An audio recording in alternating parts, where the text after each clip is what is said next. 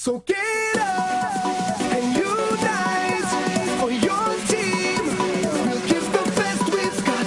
Hands up, right up, and play hard. We'll take it to the It's how we every ball, every bat, every pitch, every point, every beat, every wicket, every soul. And the heart and soul and passion, and the culture, Caribbean glows. It's how we play. We come out all nation, with the team in a unification. When the stadium ram beat at the grandstand, and the meaning of beautification. It's how we play.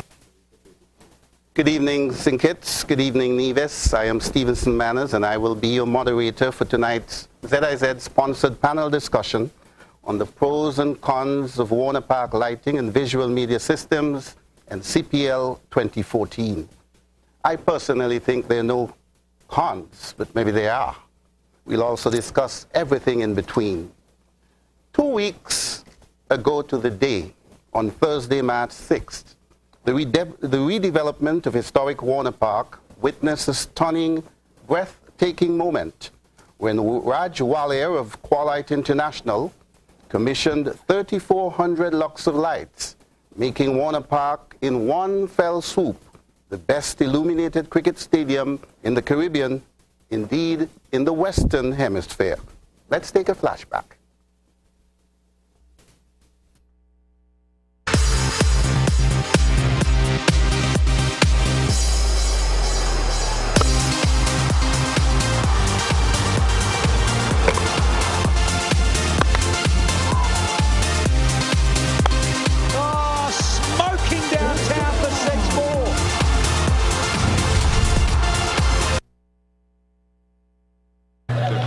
Finally, more importantly, I'd like to hand over the closeout documents, warranty information, and the ownership of the greatest cricket sports lighting stadium in the world.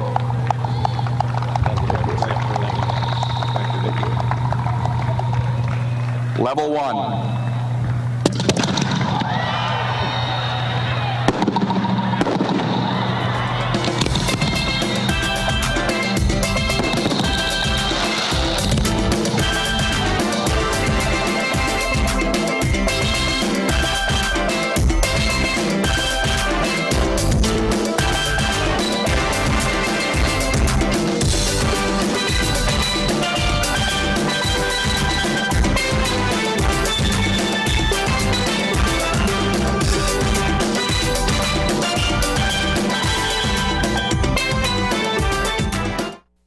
It brought a wow from all in attendance. Spectacular indeed.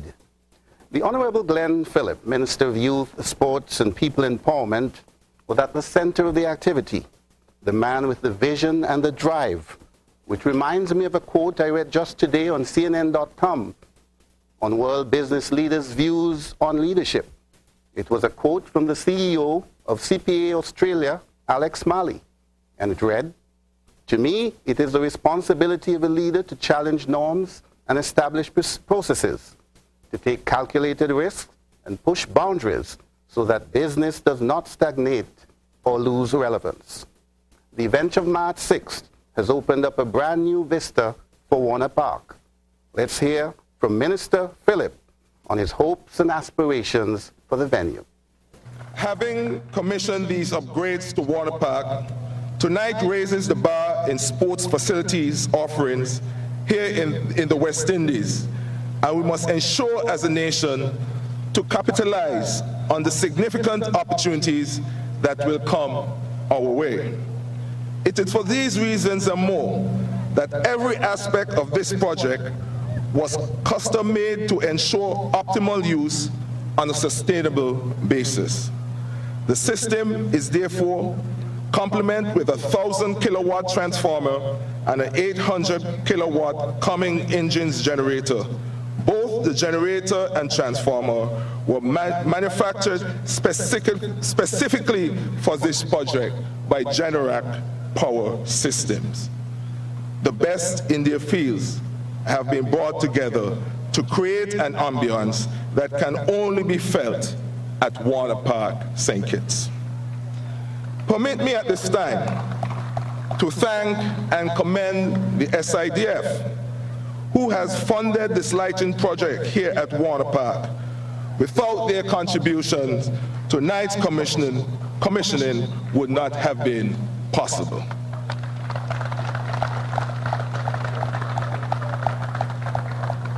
But the question I'm asked, where do we go from here?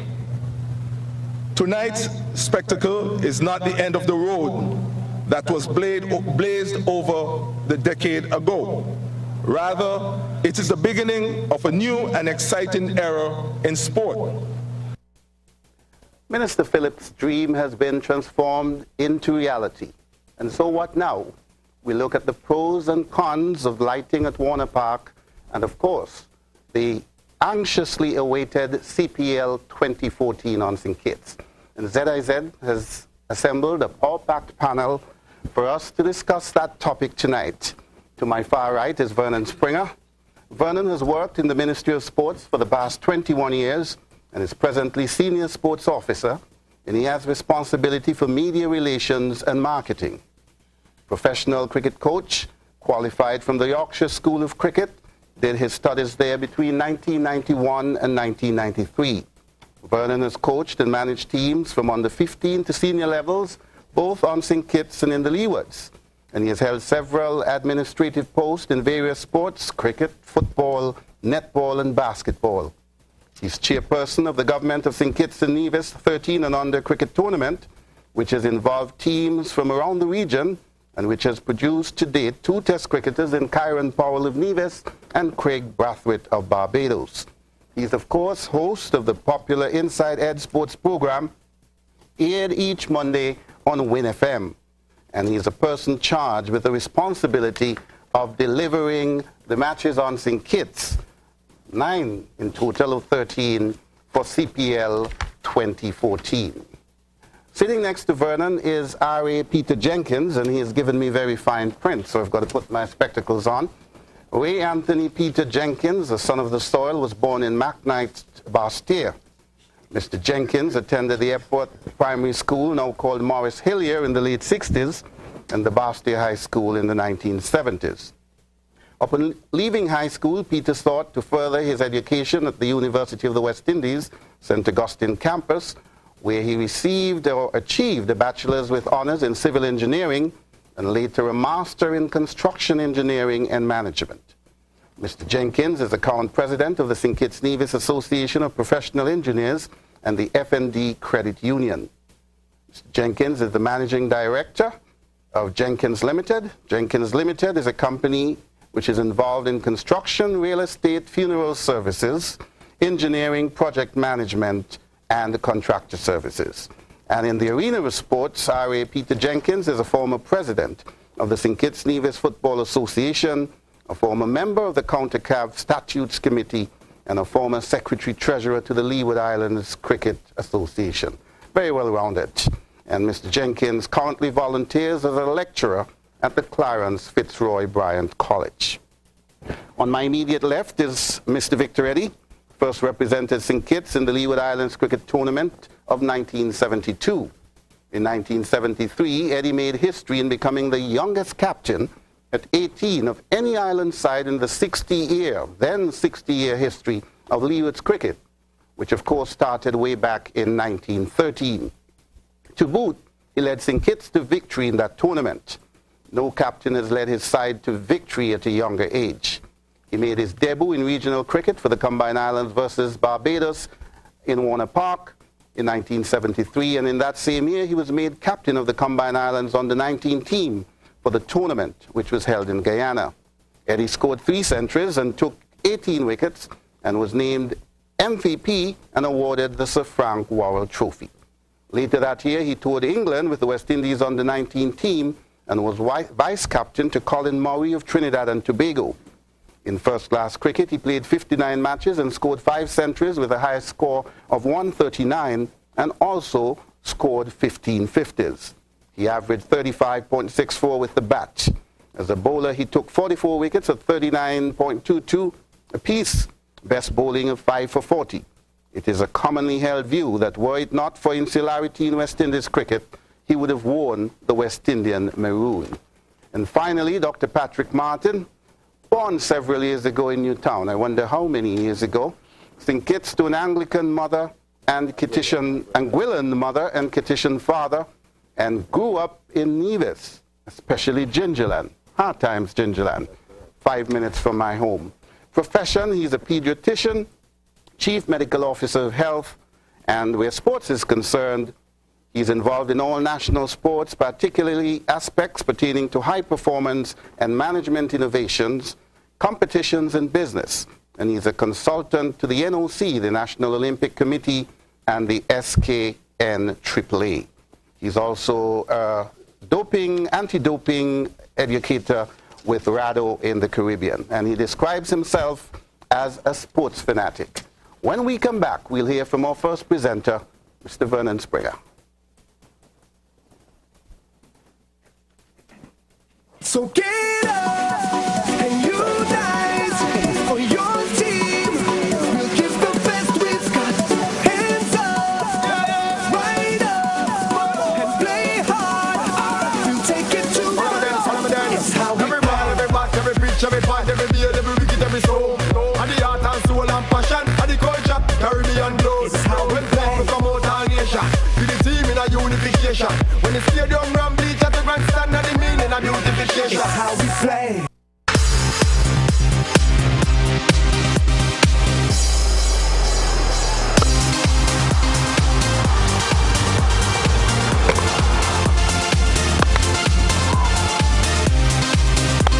Oh, smoking downtown for 6-4. And that's another one.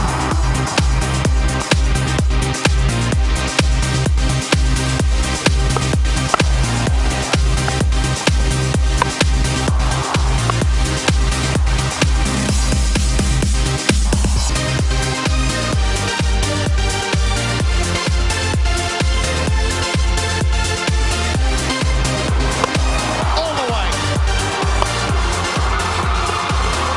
The Jamaica Colorways are the first champions of the Limacore Caribbean Premier League. They win by 7 wickets. Celebrations all around.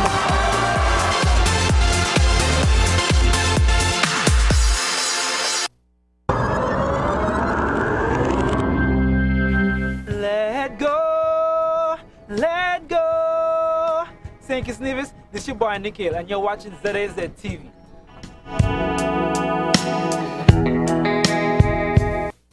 And it's Want to get the action latest like news and information on demand? Check out ZIZ. It's action like you just saw on the screen that you'll be seeing here in the months of July and August 2014. Before we go to Vernon, though, let's take care of some house cleaning matters. We'll go until 10 o'clock this evening. Each panelist will make a presentation between 5 and 7 minutes. The discussion will then continue for maybe 40 minutes or so between the panelists and myself, expanding on areas touched by the panelists, or I may raise others, and then we'll throw the telephone lines open to the general public. Towards the end, there will be a 1 to 2 minute closing statement by each panelist. And now it's time to hear from your first presenter, Senior Sports Officer, Mr. Vernon Springer.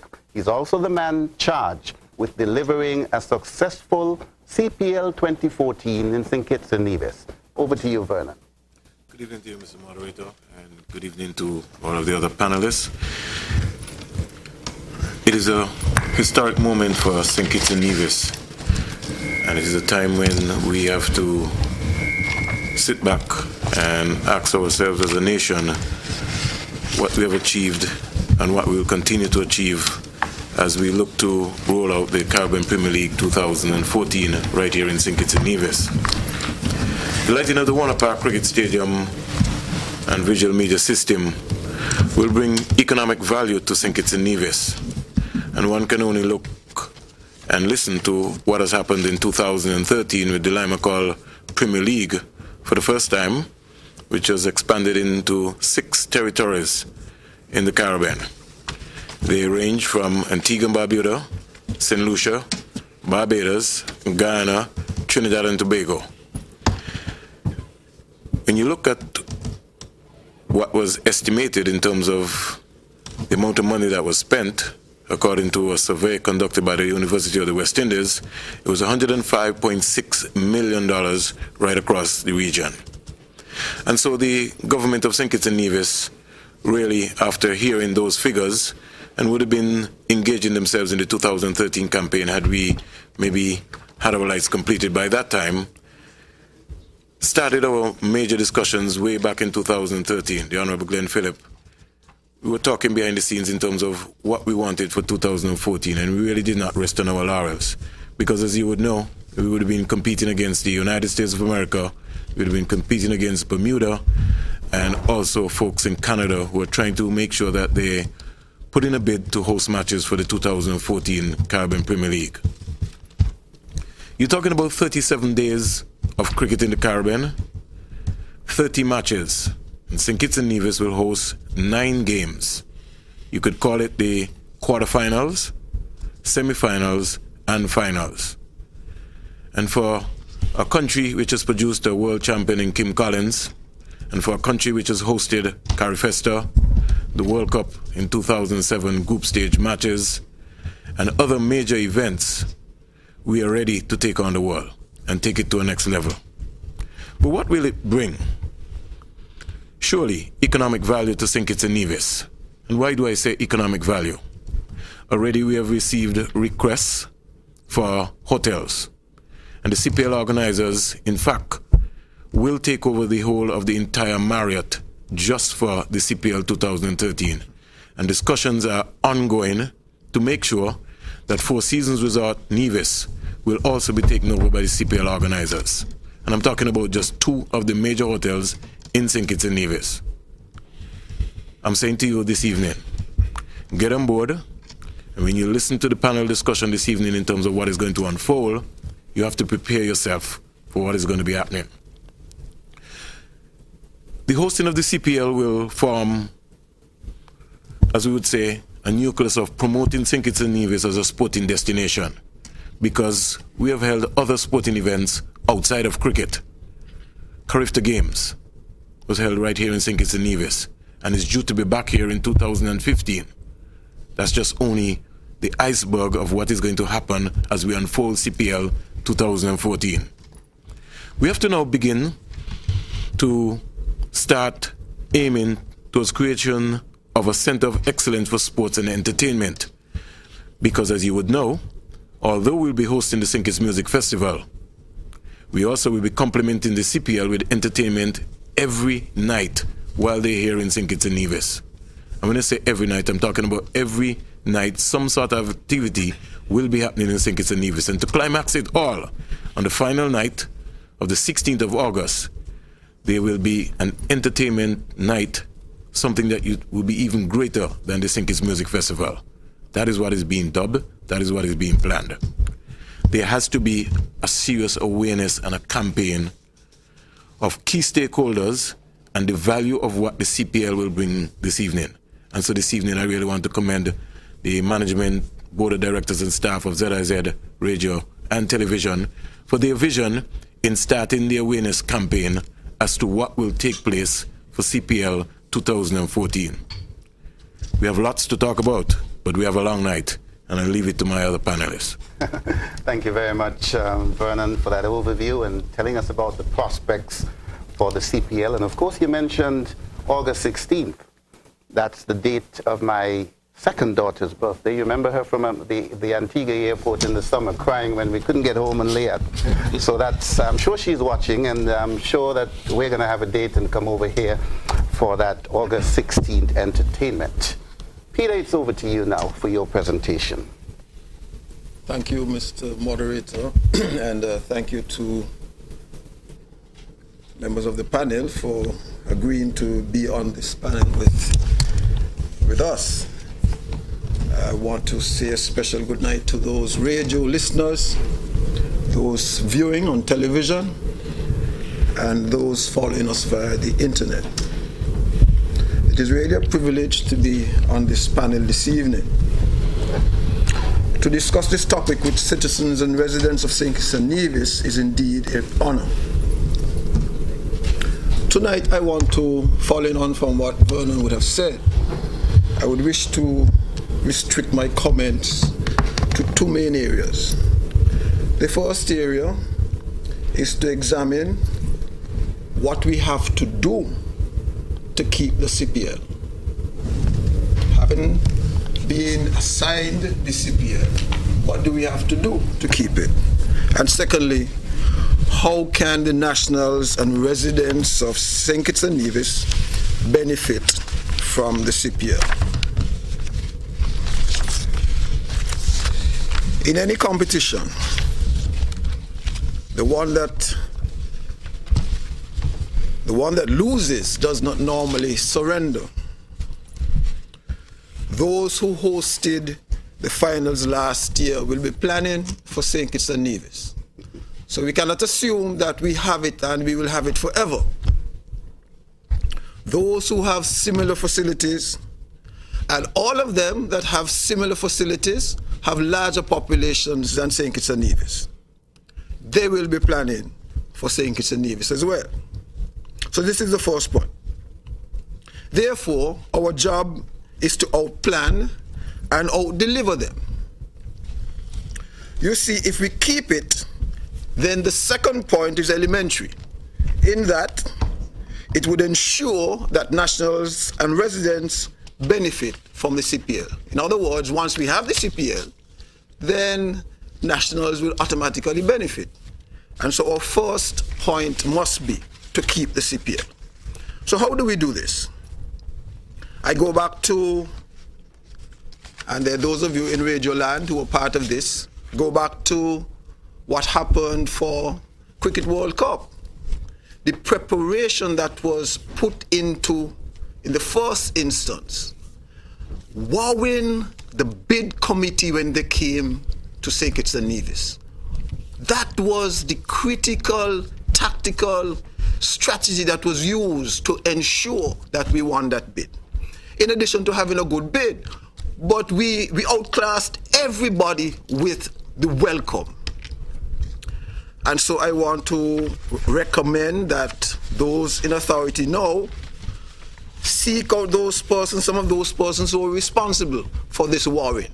I will just call the members of the committee, for those of the younger ones who may not know that this event took place.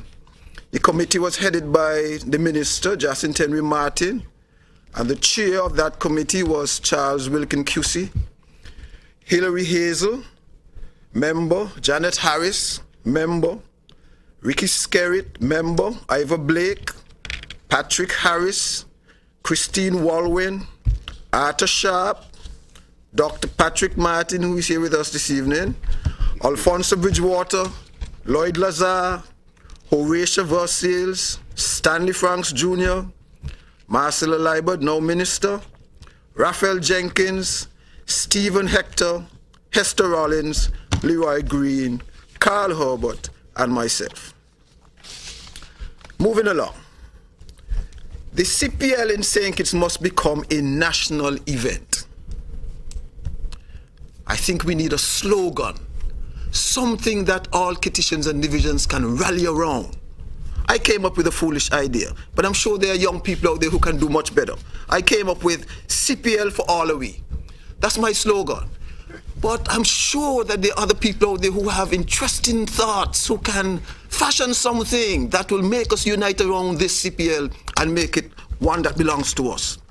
From today, every family must let their family members know. Let every stranger know. Let every visitor know that CPL is taking place in St. Kitts. And invite them to come to St. Kitts for CPL. We have to use Facebook. I'm challenging the taxi drivers. Now you have something positive to speak about. Talk to them about CPL, all the visitors that come to St. Kitts and Nevis. The media. Let us rally around what could become something very special for St. Kitts and Nevis. I want to invite the public to attend the matches because we can't have an open, empty stadium. We have a small population, but we have to fill the stadium. And then the Kittitian and Nevisian hospitality must be at its best. Here we must show the fine qualities of Kittitian and Nevisian hospitality. These are all things that we need to do in order to keep the CPL here. We must embrace all stakeholders. I know sometimes we have a tendency to divide. I think this is an event, all the stakeholders must be brought on board to see how they can make their contribution to really make it one that belongs to all of us. And then we must pay attention to detail. Those of us who have commitments to the CPL, we have to look at the fine print, make sure we over-deliver on our commitments to the CPL. Not barely getting through, but over-delivering on what we have committed. And we must try to keep our costs down, because I have a slight feeling that the reason why they've come to St. Kitts, having listened to what they've said all over for the past months, they had to cut costs. I have a feeling that coming to St. Kitts may be assisting them in reducing their cost. And so we can't now be trying to push costs up by having them here. So we have to try and keep our costs down. We must therefore see CPL as a partnership with St. Kitts and Nevis, and not as an opportunity to exploit the CPL, but rather as an opportunity to keep the CPL in St. Kitts. My last point, our last section that I want to address: how do we ensure that locals benefit? I want to nudge my colleague to the right. Those acting on our behalf must ensure that there's a role for locals and residents. Those of you who are providing service to the CPL must guarantee service delivery. Companies entering contracts with the CPL must be professional. The service delivery has to be first class and world class. On-time delivery, consistent standard of products and services. Can't be top class today and mediocre tomorrow. They are going to expect a consistent excellent standard of service delivery. Then there's innovation, creativity and innovation. I believe that the CPL offers the creative minds among us to become even more creative. Come up with products and events that will bamboozle the mind of the visitors and our own. And so here it is, those artists, those are in mass, various forms of event. How could you create something that is unique for St. Kitts and Nevis? Not what you saw last year, but something that distinguishes us from the rest of those countries last year. Concluding, all of this will require some financial support to locals. Locals wishing to provide events and provide services.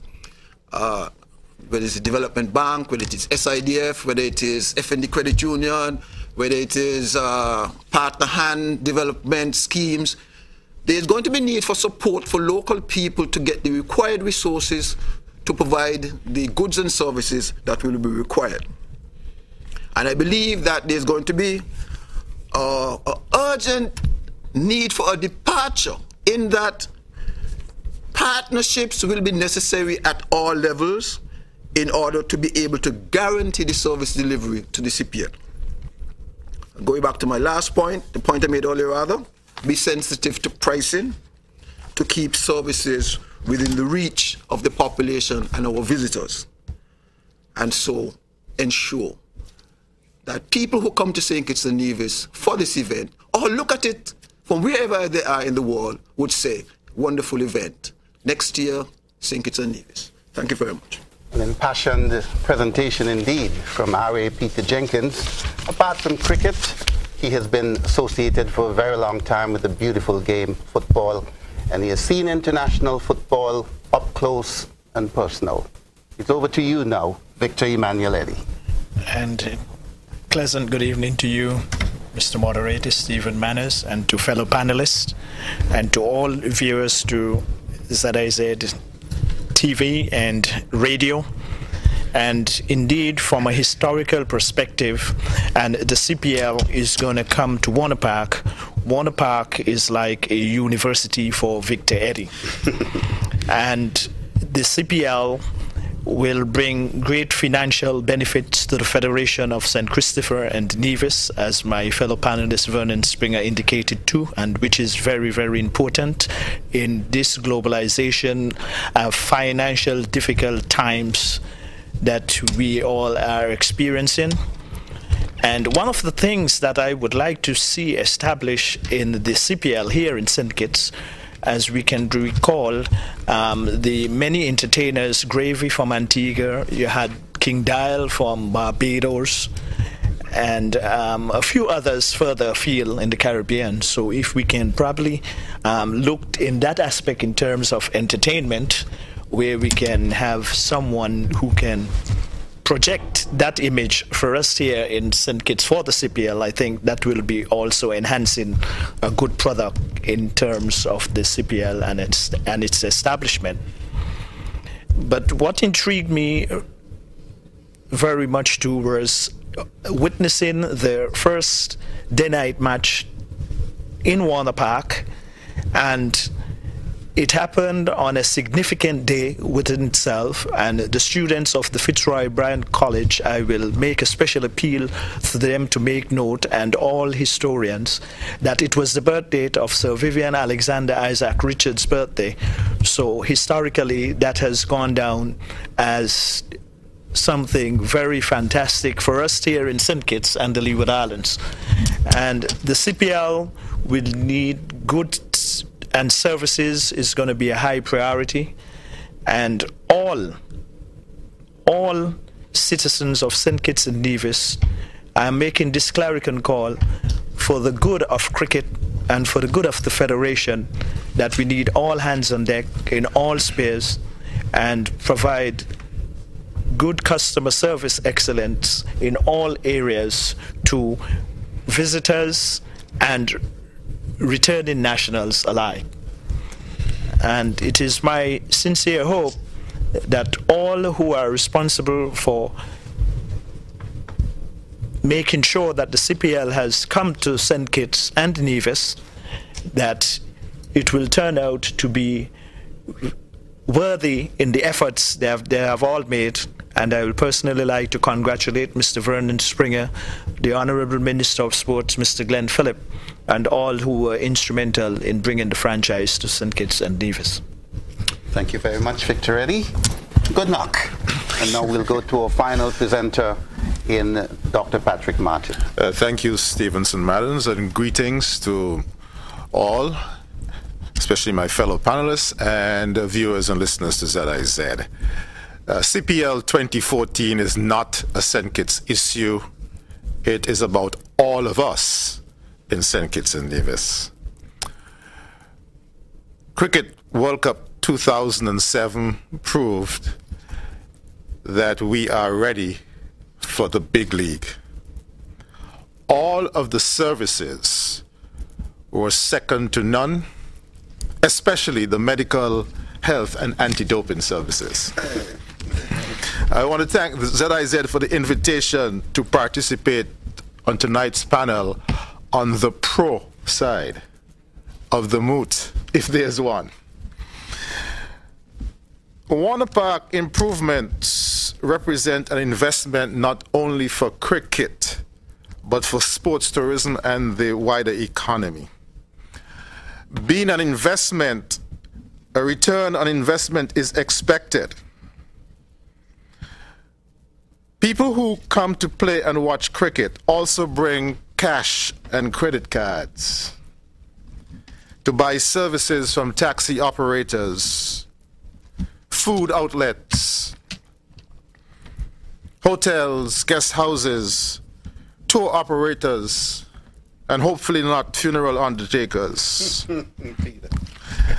Additionally, taxes will accrue from spending in the domestic space, from traveling through our borders, from anchorage in our marinas, from the use of the fixed base operation at RLB.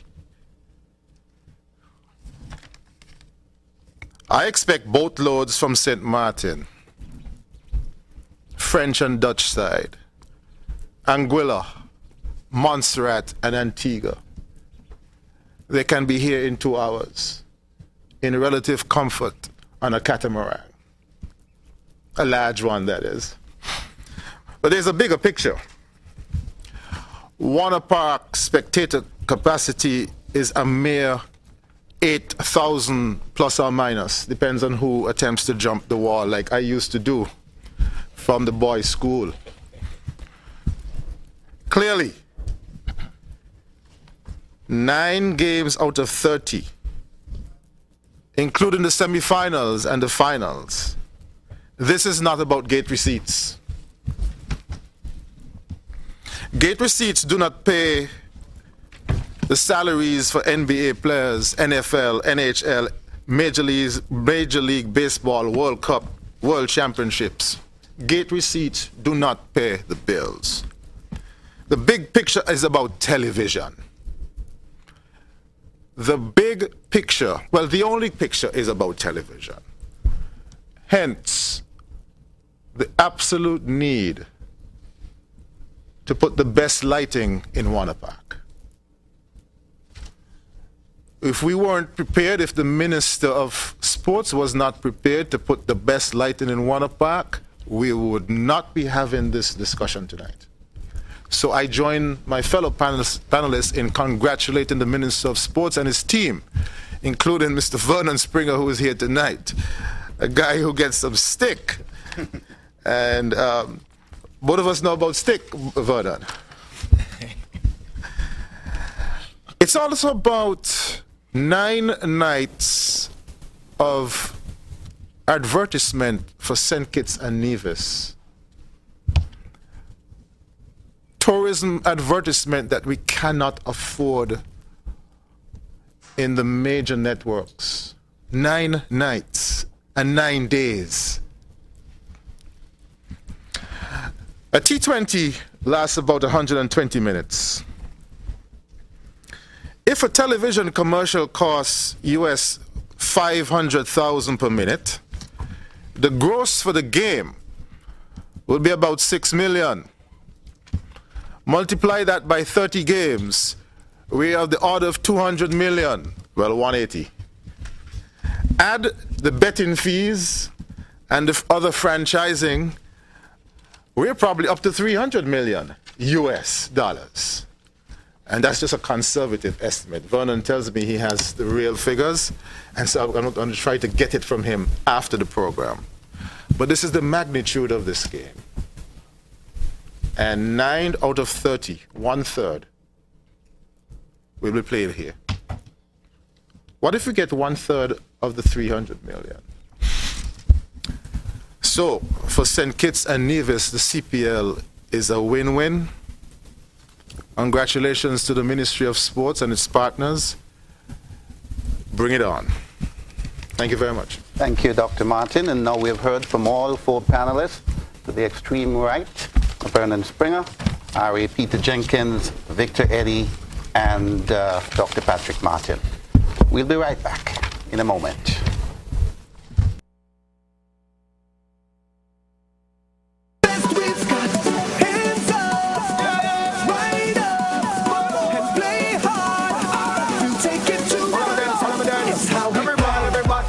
Every part, every day, every wicked, every soul. And the heart and soul and passion, and the culture, Caribbean glows.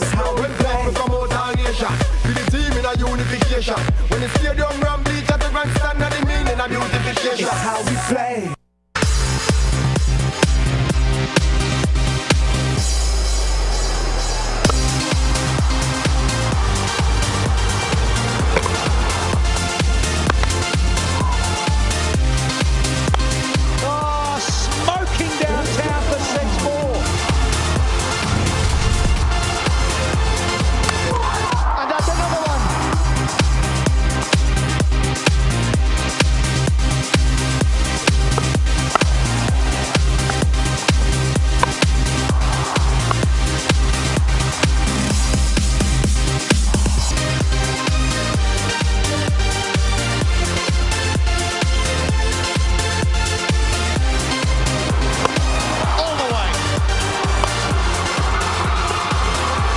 Jamaica Colorways are the first champions of the Limacore Caribbean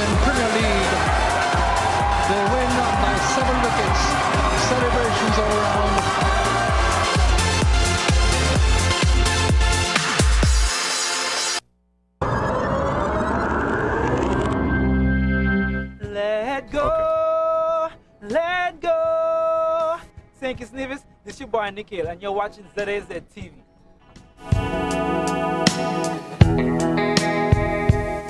We've seen footage from the first day-night match played at Warner Park, March 7th, which, as Victor indicated, was played started on the birthday of the Master Blaster, Vivian Richards.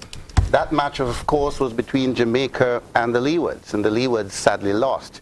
Vernon, what sort of comments have you gotten from the two teams which played under the lights starting March 7th? You know, it's interesting that you raised that topic at this time. Before the game, Nikita Miller, Kyron Powell had just come back from Antigua and Barbuda, and Kyron was organizing himself, and Nikita Miller was cooling out. He wasn't practicing on that day. They had just come back from West Indian duties in Antigua and Barbuda.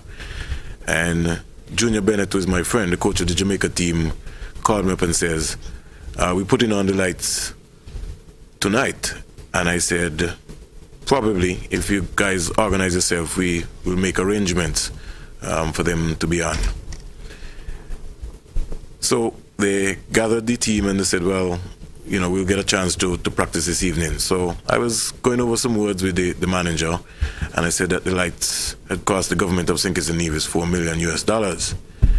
And in the Jamaican twang, Nikita Miller said, what? You have lights and we don't have lights? And everybody was like, in the camp was like looking to say, well, how is this possible?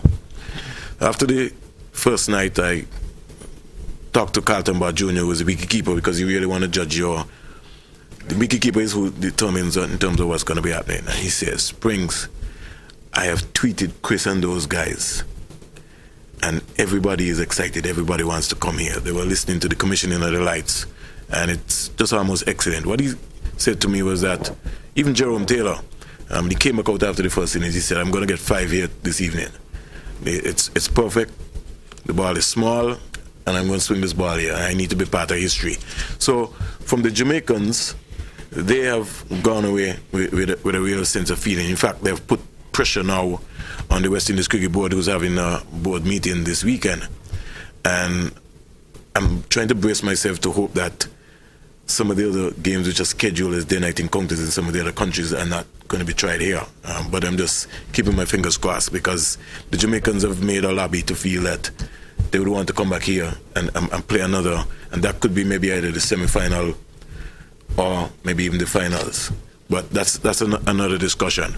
From the Leewards, I would have really loved to see Kyron Powell walk 9 singles and get 100. And when I say walk, that is what you want as a country.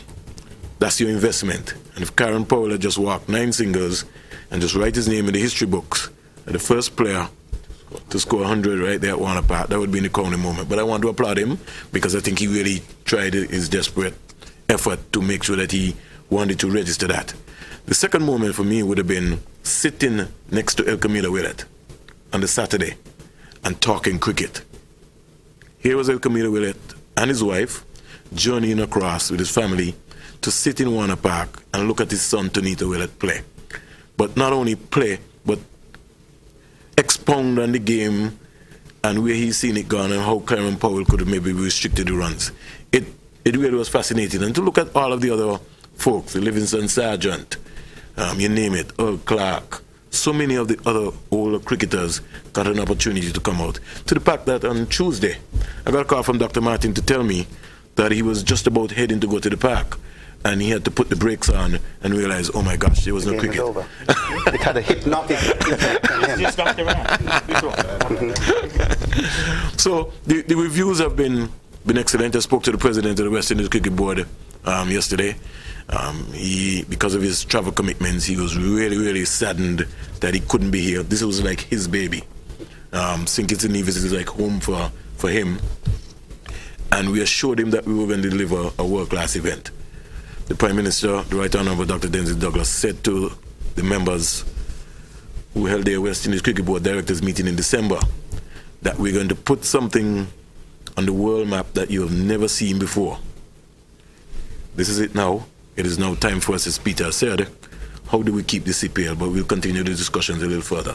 Put it into context for us, because there are certain stipulations by the ICC for lighting, and St. Kitts exceeded that. Put that into context for us.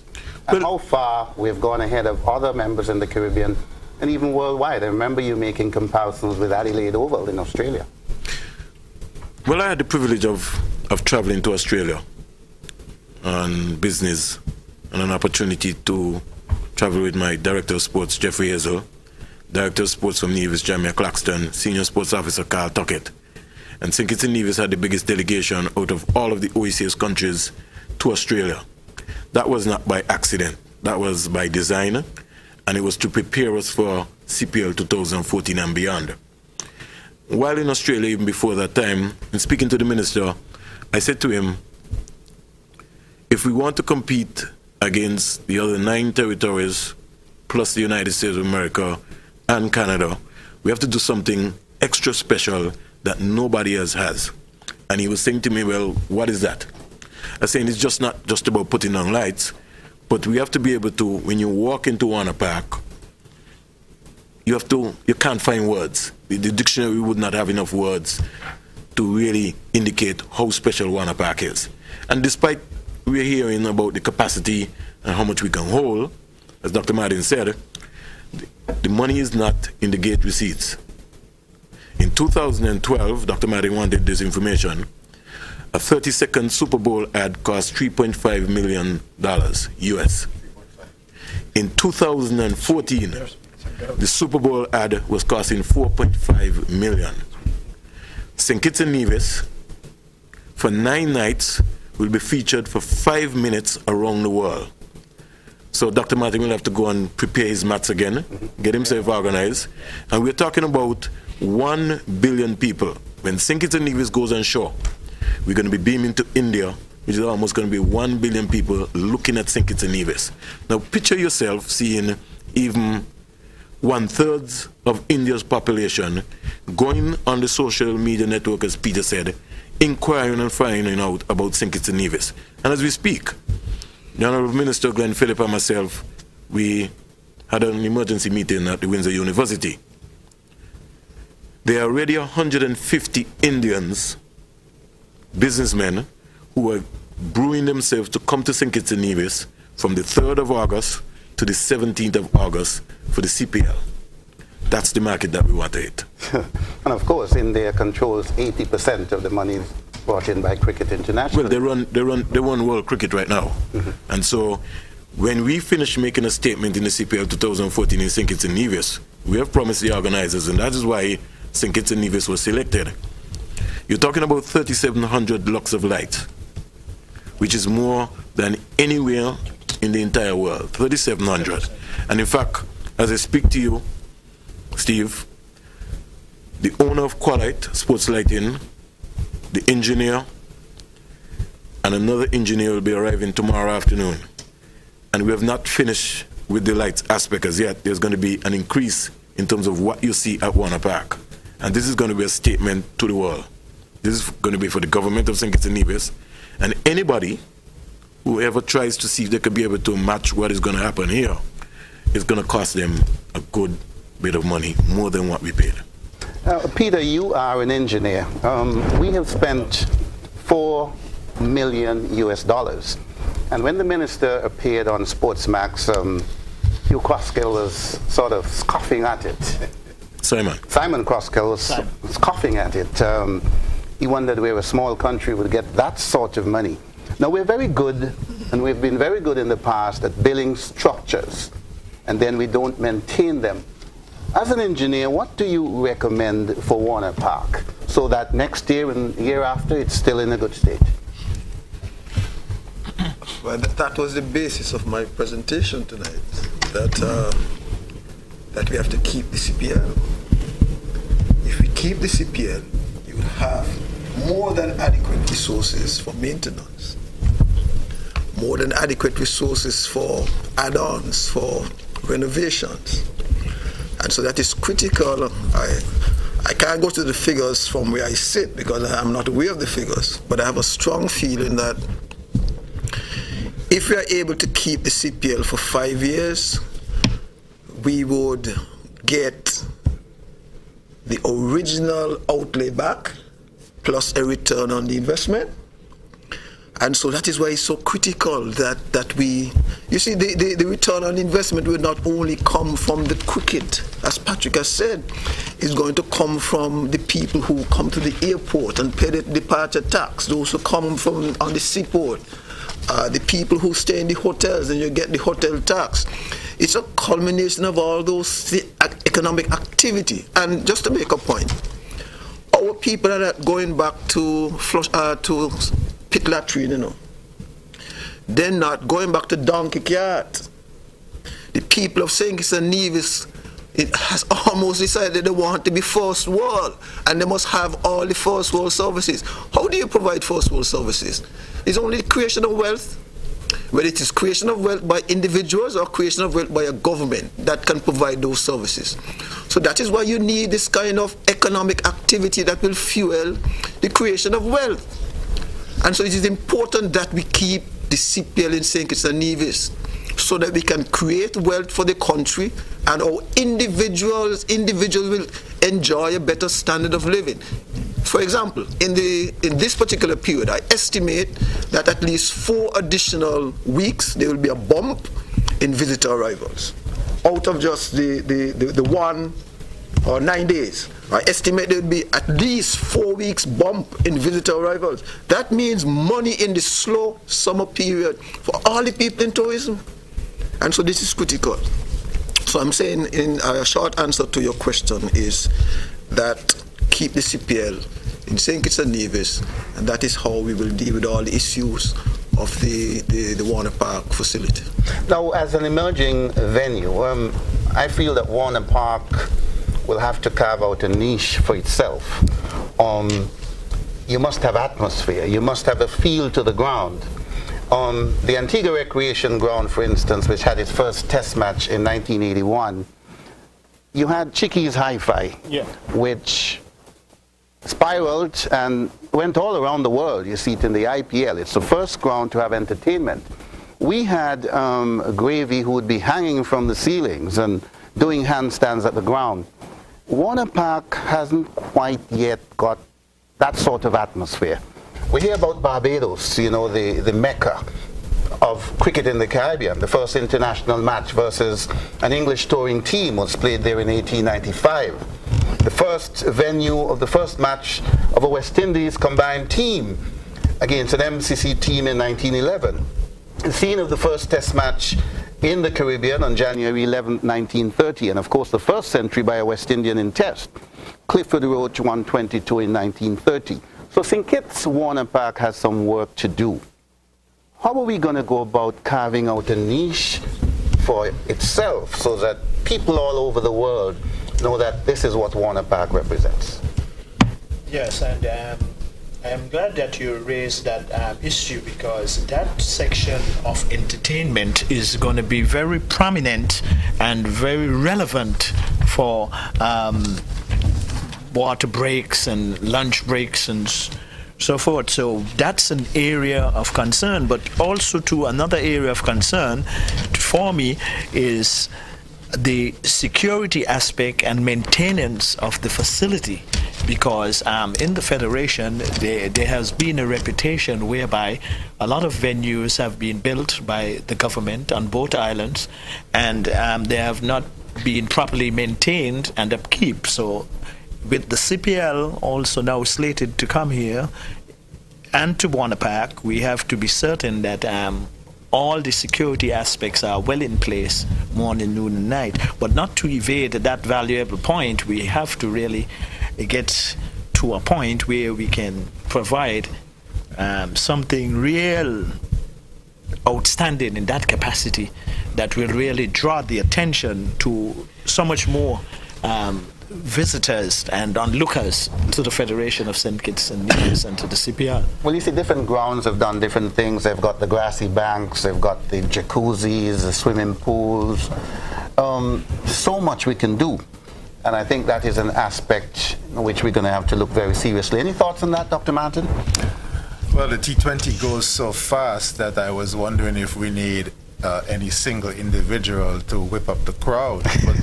But then, you know, somebody, as Peter said, somebody's going to come up with an idea. but all we need is Carlton Licky Bud DuPont, and I think we have some buzz. Now, we're going to talk a little bit more about the CPL coming up. 9 games of 30, that represent 30%. I understand that people in the bigger islands are hopping mad. Really? They want to know how St. Kitts could attain such a cricketing coup. What do you think was the drawing card, Vernon? Infrastructure. ALF,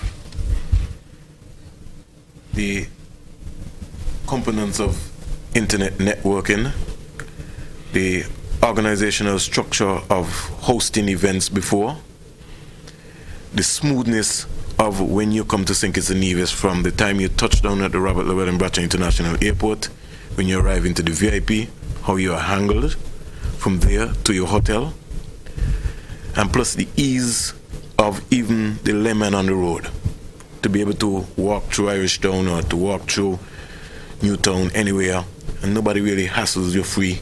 People don't even know that you're Dr. Patrick Martin as compared to some of the other venues. And everybody who so far have come for the top CPL, we have some folks who just left this evening, they were impressed with the cleanliness of the island, how clean it was, the road infrastructure. It got to a point where we had to map out how many hotels we had, how many guest houses. We had to map out the ALF into St. Kitts and Nevis, from Miami to England. And when they sat down and they weighed up, well, gone are the days when we would have to go to the VC Bird International Airport in Antigua, and then you have to wait and then come back. The only thing is maybe blocking that is that late. But outside of that, every other international aircraft comes to the Robert Llewellyn Bratcher International Airport. That stood out ahead of us. The lighting of the Len Harris Cricket Academy was very, very important. You play right on the Warner Park Cricket Stadium, and you're 5 meters away from the practice area. Outside of the Queen's Park Oval in Trinidad and Tobago, there's no other venue in the Caribbean that provides that service. And so that again stood out ahead of everything else. Plus the smoothness and the transition of dealing with the government services. The security folks were here. It is the first country that they've been able to meet with the entire hierarchy of security in St. Kitts and Nevis, from the police commissioner down to the commander of the defense force, the fire chief, down to the Red Cross, and have everybody in the same room. That to them was overwhelming, because going to the Caribbean, it was like a headache. We had to meet with Dr. Patrick Martin today, and Peter Jenkins was not available, so you had to schedule another meeting, so you had to stay there longer. In St. Kitts and Nevis, everything was just clockwise. You wanted to meet with a doctor? The doctor is here. You wanted to see the venue? Joan was there with her keys. You wanted to move around the island? Everything was accommodating. So we rolled that out, and plus we were able to say to the folks, this is our contribution to West Indies cricket. You now have to be able to look at it and say, whether you think it is worth it. When the television crews came here, more than anything else, what they were able to negotiate with the CPL organizers is that based on the money that they made last year, the high definition that they're going to be beaming into India and to the entire world, that's where the money is going to be. And so the quality now of what you saw for the finals at the Queen's Park Oval will be way ahead. We're talking about at Warner Park, 120 feet above plane level. There's no dark spot in Warner Park, as compared to the Queen's Park Oval in Trinidad and Tobago, where there were a number of blind spots, and so the quality was not that good. In St. Kitts and Nevis, it's almost like there. Could I just jump in a bit in addition to what Vernon has said, and I support all of what he would have said, but I wanted to make 1 or 2 points in terms of our reputation as a country that has capacity to organize things. That reputation has followed us all over. And we have a peculiar relationship with the Australians. The Australians are in love with St. Kitts and Nevis.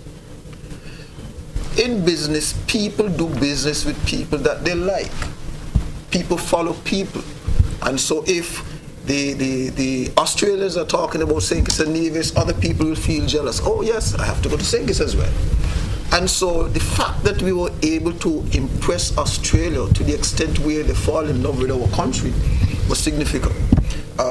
In addition, there are people like Arthur Sharp who have been behind the scenes working very hard for cricket. Other people don't give him credit, but he has worked tirelessly to bring a lot of international cricket to St. Kitts and Nevis, and he needs to be recognized. In addition, we now have 3 people on the West Indies board, and I don't think that we can just dismiss that. That has to have some weight and relevance, because when you are making these arrangements, you must be in the room. And, you know, when the decision is to be made, who it is, if you're not around the table to decide who it is going to be, then you're going to be out. So we now have 3 people around the table, and I'm sure that they have been working very well in this regard. Thank you, Peter. I think we're due for a break. When we come back, we'll begin to take your calls. So get up and unite for your team. We'll give the best we've got. Hands up, right up, and play hard. We'll take it to the It's how we every match, every pitch, every point, every day, every wicket, every soul. And the heart and soul and passion, and the culture, Caribbean glows. When people come out of nation, see the team in a unification. When the stadium ram bleach at the grandstand, and the meaning of beautification. It's how we play.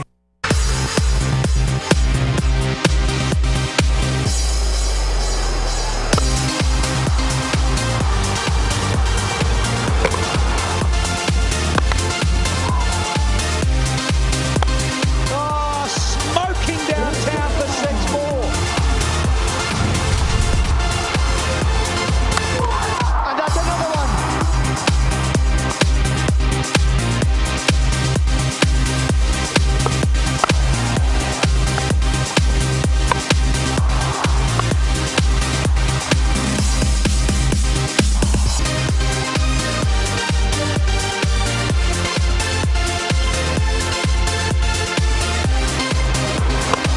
All the way. The Jamaica Colorways are the first champions of the Limacore Caribbean Premier League. They win by 7 wickets.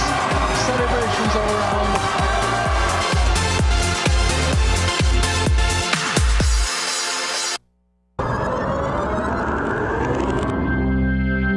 Let go, let go.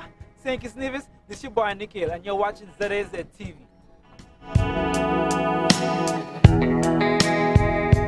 Want to get the latest news and information on demand? Check out zizonline.com.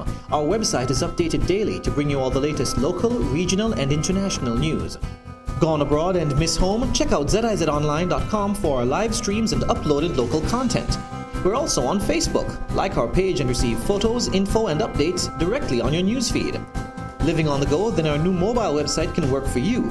Visit zizonline.com and get all the information you need on your phone's browser. zizonline.com, reaching you wherever you are.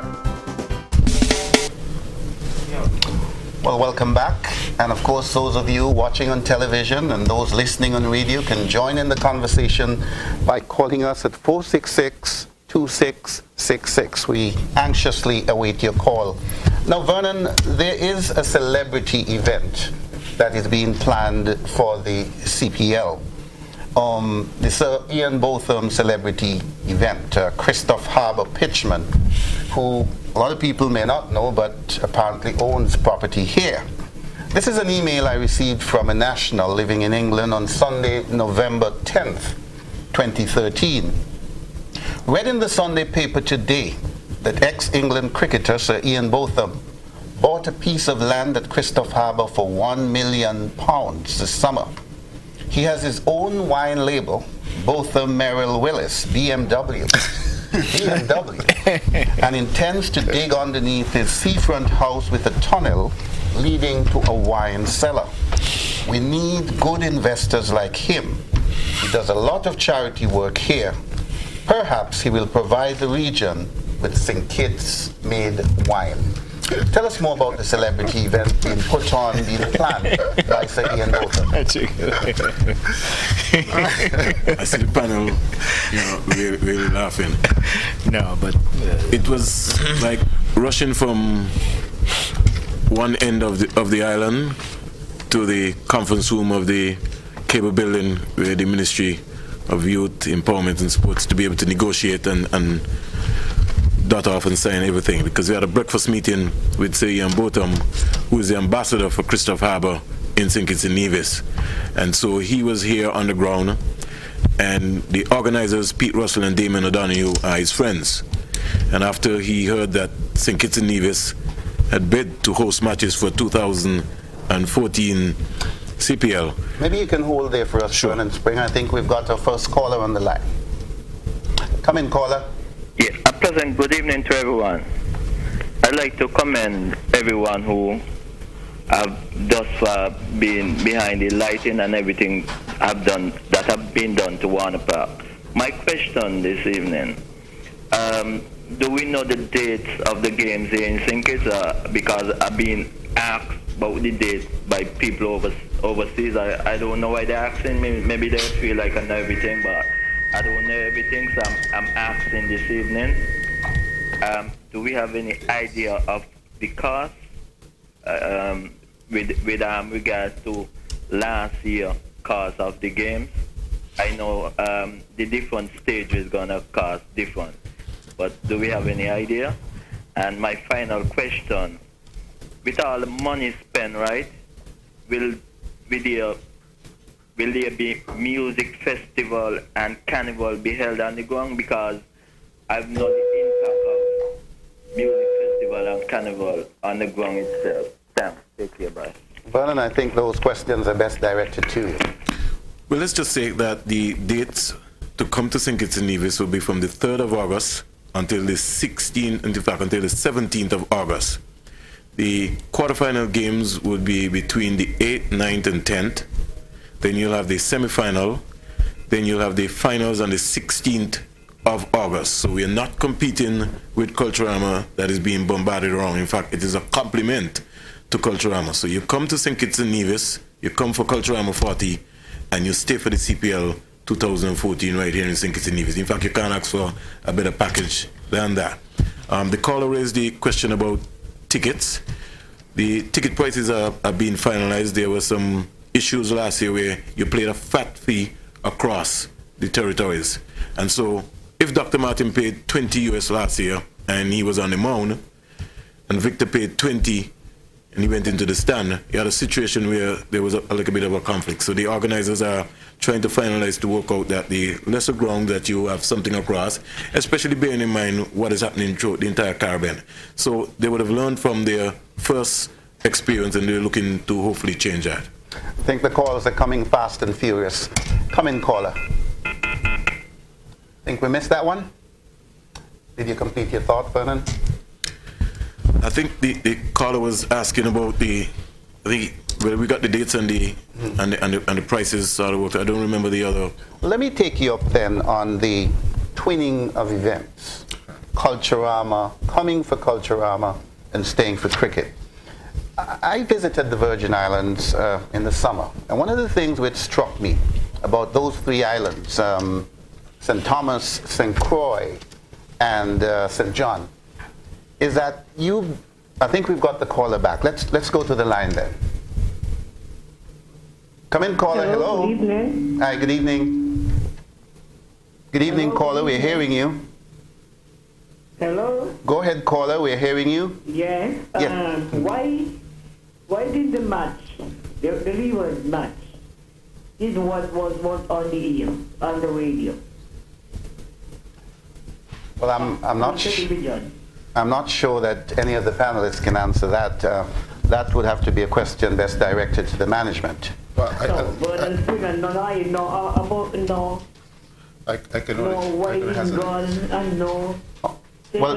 Well, Dr. Martin will hazard a guess here. Let's hear from Dr. Martin. I'm going to hazard a guess, caller. From now on, do not expect anything on radio or television that is not sponsored. Okay. I think we've got another caller on the line. Good evening, caller. Come in. Yes, good evening. I wish to use this opportunity to commend the government of St. Kitts and Nevis, Mr. Vernon Springer, and all persons who are involved in upgrading Warner Park to what it is today. I want to also take this opportunity to congratulate the management of ZIZ for hosting this program this evening. I think it's a program that is critical if we are going to promote the CPL for us to start, and I think that this evening is a good start. I want to say that for me, I'm a cricket lover. And on the Friday night when the lights went on for the day-night match, I actually bet someone that we were going to have the CPL in St. Kitts and Nevis. And they did not believe that it was going to come. Just last week, I went to the person's office, and that person reminded me that I bet them that it was coming, and he himself up to now cannot believe it. And I want to say that with what Mr. Springer said in terms of the infrastructure, St. Kitts and Nevis is a paradise, and everybody, if you want to go to heaven, you have to pass through St. Kitts and Nevis. I just want to ask the question, though. I looked at the panel, I heard Peter talking about inclusion and making sure that this thing happens. What happened to the Cricket Association as a member of this panel this evening? Well, perhaps this is the first of many discussions. That's really a good point to consider. Are you still there, caller? Yes, I hear you, but you know, if we're going to have full support and we're going to make sure things happen, we must include the St. Kitts Cricket Association, the Nevis Cricket Association, and we must make sure that all hands are on deck to make sure. And let me say that even though I hear about the matter where television rights and monies are going to play a major role, we want to encourage the entire population of St. Kitts and Nevis to be in the park for those matches. So we want to make sure, if what Peter is saying, to have it for 5 years, we want to make sure that we show the world, the West Indies board, everybody, that St. Kitts and Nevis support cricket. And I really am looking forward for Springer to speak to how can, not more lights, but how can we have more seating in Warner Park for these matches. Thank you. Thank you very much, caller. And I see the General Manager, Clement Agaro, feverishly taking notes. We've got another caller on the line. Good evening, caller. Hi, good evening. I'm trying to find out about the T20 World Cup that is going on in Bangladesh right now. It's going to be on television. Sponsorship? No, I think it will be on ESPN Caribbean. So what it will be on ESPN Caribbean, and as you know, ESPN Caribbean is controlled by the cable. So we can assure you, my dear, that hold a minute, my dear, hold a minute.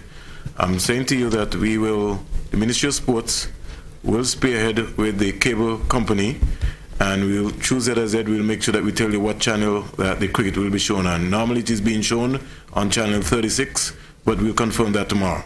Okay, thank you very much, and I enjoy your panel and enjoy listening to you guys. Okay, thank you. Thank you very much for your call. Let me get back to the point I was making about twinning Culturama, coming for Culturama and staying for cricket. And I was alluding to a trip which I made to the Virgin Islands, and something jumped out at me. The three islands coalesce very well, and they appreciate each island for what it brings to the table. St. Thomas is the commercial center. St. John's, the quiet getaway with the lovely beaches, nice hotels, the wildlife. St. Croix is the big island, open spaces, agriculture, etc.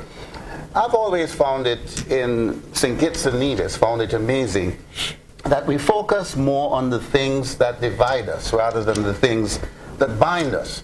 That to me is blasé, old school thinking. So I'm interested in knowing what sort of collaboration do you guys foresee that needs to go on between St. Kitts and Nevis?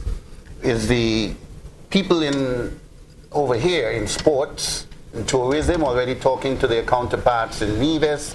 Is Anthony Abernathy Liebert onto the same page so that we twin the event, so that we bring maximum benefits to both islands? I think too often we try to do everything on our own. It's you in your small corner and I in mine, and that doesn't serve the purpose very well indeed.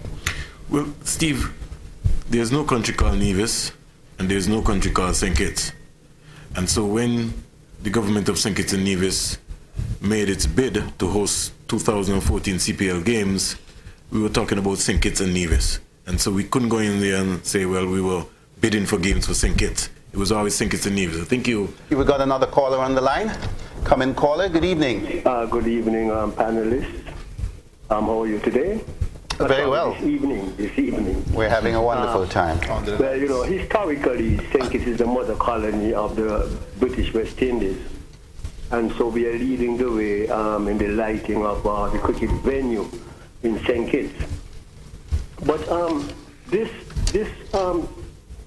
competition that is supposed to take place in St. Kitts and Nevis is a good chance to unite us.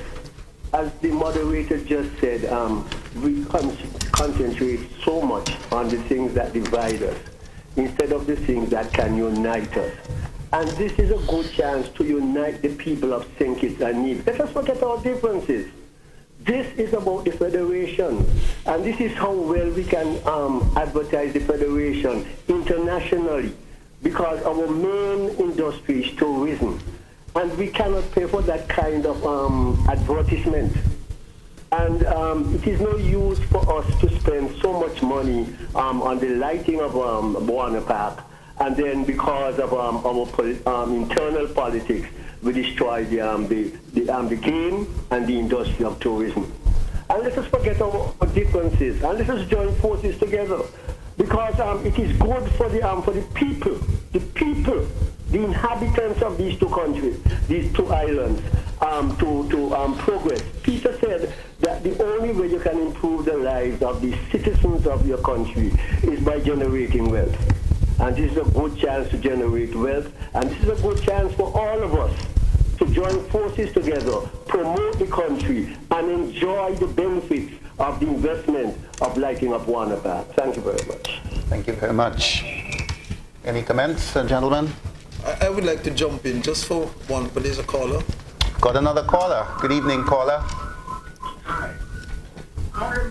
My concern is with the electricity at Buana Park. Is there a limit to how much we can use the lights to promote cricket on the island of St. Kitts and Nevis?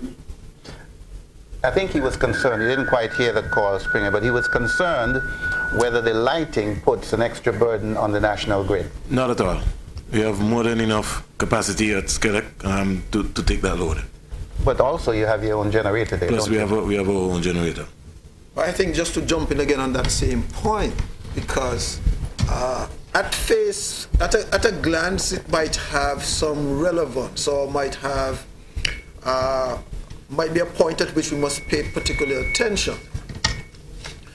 But having the lights gives you the strategic advantage to bring business to the country that would assist you in providing for those same services. So if you don't have it, you have to pay for the electricity anyhow. So this is an excellent opportunity for us to create, as we say, wealth in the country for the benefit of the citizens of St. Kitts and Nevis. The other point which I want to get back onto was the previous caller, in terms of the collaboration.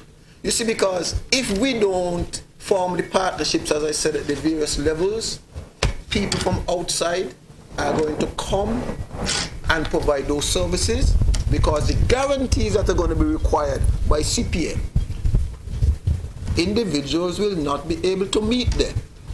And so you're going to need to collaborate to be able to create the kind of entities that can guarantee CPL the performance that will be required. And that is why I said it's going to require collaboration at different levels, partnerships at different levels, to be able to take advantage of what is to come.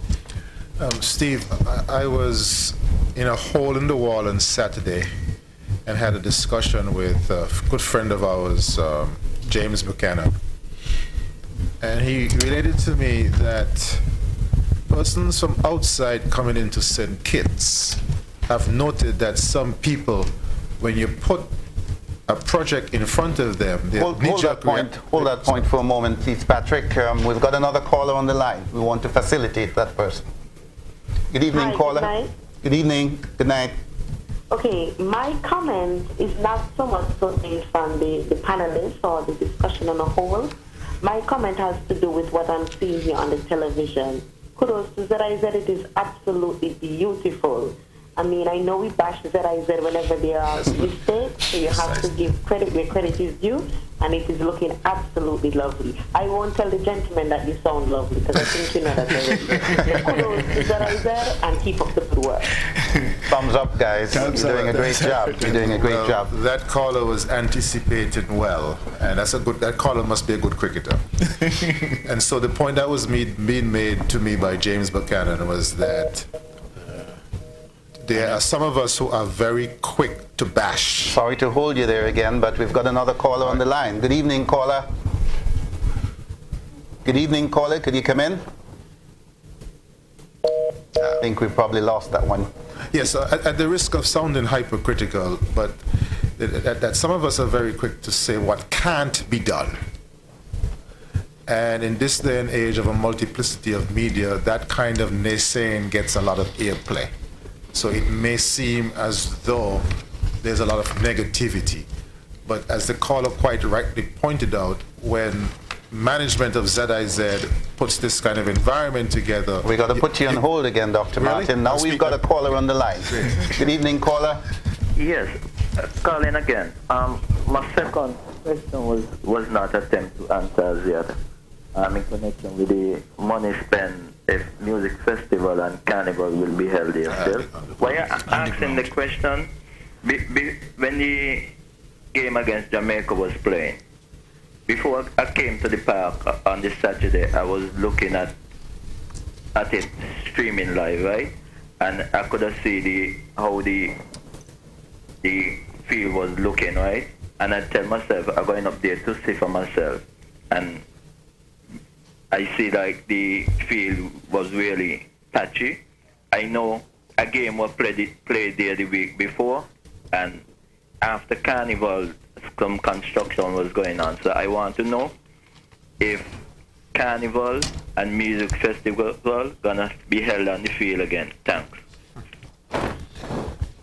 This is the ministry's position, Steve, and this has always been the Ministry of Sports position, because we have to take into consideration that Warner Park is the national stadium. Providing that there is going to be international cricket coming up, it will be very difficult to have music festival or carnival leading up to that period of time. 2013 was a special year because you had 30 years of independence, and then you also had carnival, which was creeping up on you.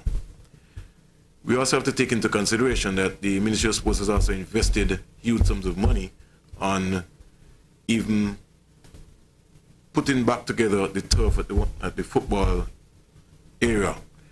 And so we have to be able to now start striking a balance between the football facility and the cricket facility. And so there's a clarion call to be able to maybe say to the organizers, even though they might not maybe want to go back into that area, that, well, maybe we have to seriously look at the Fort Thomas Hotel again, because based on what has been happening, but it's a striking balance which we have to be able to make sure that we take between.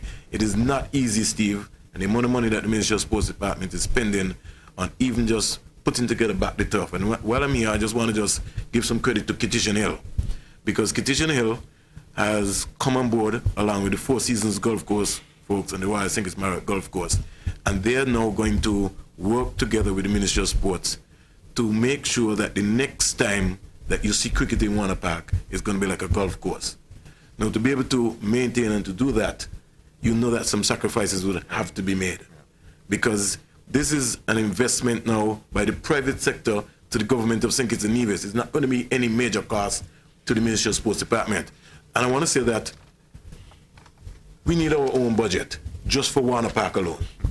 You need your own budget just for the Silver Jubilee Track and Field Stadium, and you need just an own budget outside of the Ministry of Sports Department, just to make sure that, you heard what Peter was talking about, come up with a maintenance plan for the facility itself. Already, the government of St. Kitts and Nevis has signed a 2-year maintenance plan with the folks qualified who have done the lights. But we just need more than just that, because we still have a lot of work in Warner Park which we have to complete. Okay. Could I say that, why are Kittition Hill, Four Seasons and Marriott investing? Oh, why? Again, you have to defer to the caller. Good evening, caller. Good evening, how are you? We're doing fine. I'm loving the discussion. Thank you very much. The question is the outfield was being dug up to place the lighting fixtures. One of the things we have to go towards is growing grass rather than watering to get grass grow. There's somebody, I don't know who's going to be responsible for it, but that's another avenue we can go into. That the grass is grown on the side somewhere, and then we have to fix the field. Rather than just watering to get grass, we put in already grown grass. And the field will be great. Thank you. Thank you. We really like the billiard top that we saw at Warner Park World Cup 2007. Yes, and just to go along the lines where Mr. Vernon Springer has alluded to, I can tell the caller that because so much work was being done and heavy equipments and so on in putting in place the lighting, that is why the outfield to an extent was like that for that particular match. That is not the normal circumstances or the conditions of Warner Park. Warner Park is one of the faster drying grounds in the West Indies, in the region.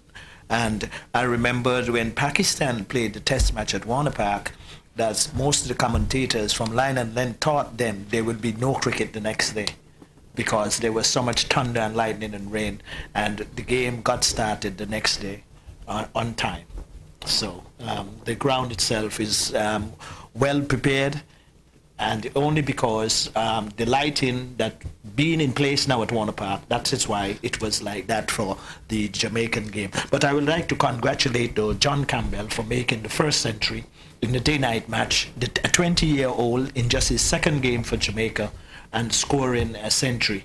He got 57 against Guyana in his first game, and he was instrumental in defeating the Leeward Islands with some off-spin bowling from the Northern RCA Paul Southwell Media Centre. And so, pleasant good night to those of you in St. Mary's, the parish where John Campbell comes from.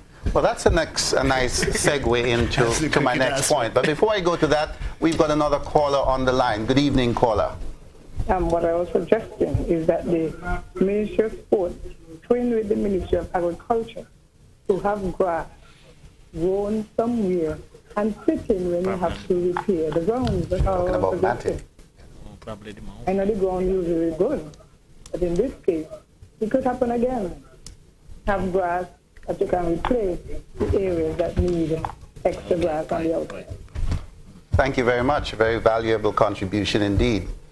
And I was saying earlier, Victor, you gave me a nice segue into the next point I wanted to make. You mentioned the CA Paul Southwell Media End. Apart from that, most things at Warner Park are unnamed. At other grounds around the region, we hear about the 3 Ws, Warrell, Weeks, and Walcott. We hear about the West Hall and Charlie Griffith Stand. We'll get back to that because we've got another caller on the line. Good evening, caller. Yeah, good evening. Yes, good evening again. Hi, good evening. We're hearing you loud and clear. I'm trying to find out what's the present capacity of Warner Park and what's the anticipated capacity of Warner Park. One final question. During the preliminary matches, do you anticipate a lot of local support, seeing that you may or may not have local persons or local talent on show? The 2 questions, the present capacity, the anticipated capacity for the semi-finals and finals, and do you anticipate having huge crowds from St. Kitts and Nevis, even though you may or may not have local talent on show? The CPL, Steve, is the biggest party event to have hit the Caribbean. And this would be no stranger this time around. You're talking about double headers on the 8th, 9th, and 10th, where you have all 6 teams who are participating in the Lima Call 2014 CPL here in St. Kitts and Nevis with various stars. You have over 121 overseas players have been drafted in for this special event. In fact, more than anything else. And you heard Dr. Patrick Martin was talking about the significance of Australia. Australia has the most players in the draft. So you maybe could see a James Faulkner here, for example. I'm just giving you an example.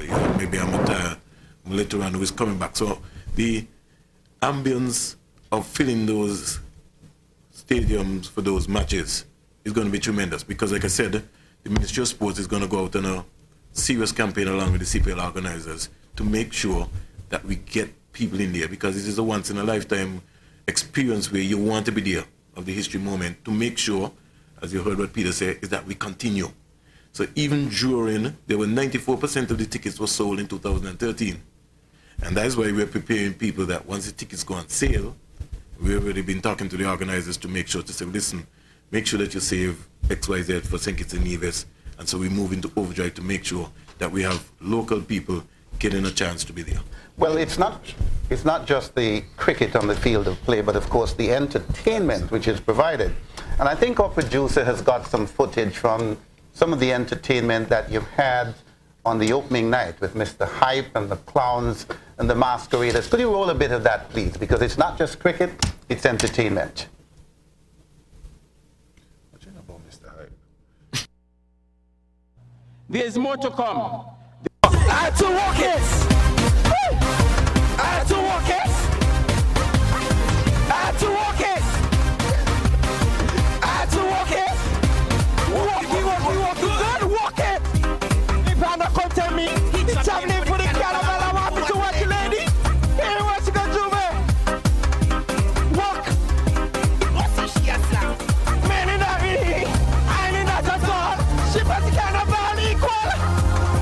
Well, I know your friend, and I hope you understand. But you living for the carnival. I talk it. I do walk it. I do walk it. But dog, no, but dog. I do walk it. Walk it, good, walk it. I do walk it. So get up. I do walk it. I do walk it. Walk it. Springer, nice segue there. Work it. No, Springer, he didn't say that. I know Peter. He didn't say that. I know you wanted to get something in, but Springer didn't say that. Speak to the entertainment side, which people can expect for CPL 2014. You're going to have entertainment at the game. You're going to have after parties. Already we've already started identifying spots in St. Kitts and Nevis. We're going to have after parties. In fact, the organizers really love the strip. So the strip is just one feature. But we're going to go into different communities. I know we've already looked at Ingrid's Bar in Limekeel. We're looking at spots in Challengers. When they come back the next time, we're going to come across to Nevis. We're already talking to the catamarans because they're going to be looking for exercises to be done in the day. The party boat, which is owned by Red Jeffers, we had negotiations with him. So there are going to be a number of activities. In fact, the marketing already has started in England. And you were reading something from seeing in Bottom in terms of the Times. There have already been inquiries about folks coming to St. Kitts and Nevis for the CPL. In fact, I got an email this evening from Ingle Ibad, who was a former president of the St. Kitts Cricket Association and now lives in Canada. And he's already thinking about bringing out 25 persons, to the point that he's put me on the spot now because he says he wants a box. I know we only have X amount of boxes, and so you understand what we're talking about. So here's somebody in Canada already preparing, and I told you that we had over 150 businessmen from India who will be coming. That's just only a tip of the iceberg. So filling the stadiums, as Dr. Martin will give him his chance to make his point. We hosted Australia versus South Africa here in the 2000 preliminary to World Cup. That's right. We filled it, Warner Park. The person was asking how many folks, seating capacity-wise, at least 8,000 to 9,000. And we're looking to make sure that we improve on the seating also at Warner Park for CPL. Peter? I think the point has been made, yes. Well, I think the point also is that St. Kitts and Nevis people will support anything that is put on properly. Yes. And I'm happy that cricket has now come to the party because, you know, football had lights, basketball lights, netball lights, track and field lights, domino lights, draft lights, football, cricket lights. No, time. Let's say, Springer, that in April, middle of April, West Indies gets to the final of the World T20 now being played in Bangladesh. Now, in the 4 years that it's been played, the 4 times it's been played, nobody has ever repeated. If West Indies gets to the point where they're in the finals, would nationals of St. Kitts and Nevis gather in Warner Park? Would there be an event, just as the people in Dunblane, Scotland did when the English player would have been the first in 80 years to win Wimbledon? Would nationals in St. Kitts and Nevis get together in Warner Park to watch the game on the Jumbotron, which is 44 by 22? That's our aim, and that is one of the areas that it was built for. Another aspect it was also built for is maybe when you even have the Super Bowl and the NFL final, you would know that there are over 3,000 students here from Ross University alone. It comes a time when you maybe go to the marathon, you maybe want to watch that event. Now, an ambience has been created at Warner Park where maybe even, we never know, we could be looking at the semifinals and finals of the 2014 FIFA World Cup right on the jumbo screen. You screen off maybe a certain area in the park, you have a party, you bring your towel, you bring your family, you have some bars, and you organize yourself. All this is a revenue stream for the Ministry of Sports Department that can go into another area. I wanted to touch a little bit on a caller earlier back, Steve, very quickly, who was talking about the panel not having anybody from the St. Kitts or Nevis Cricket Association. I think we have to compliment ZIZ Radio and Television and management for being able to pull this program off.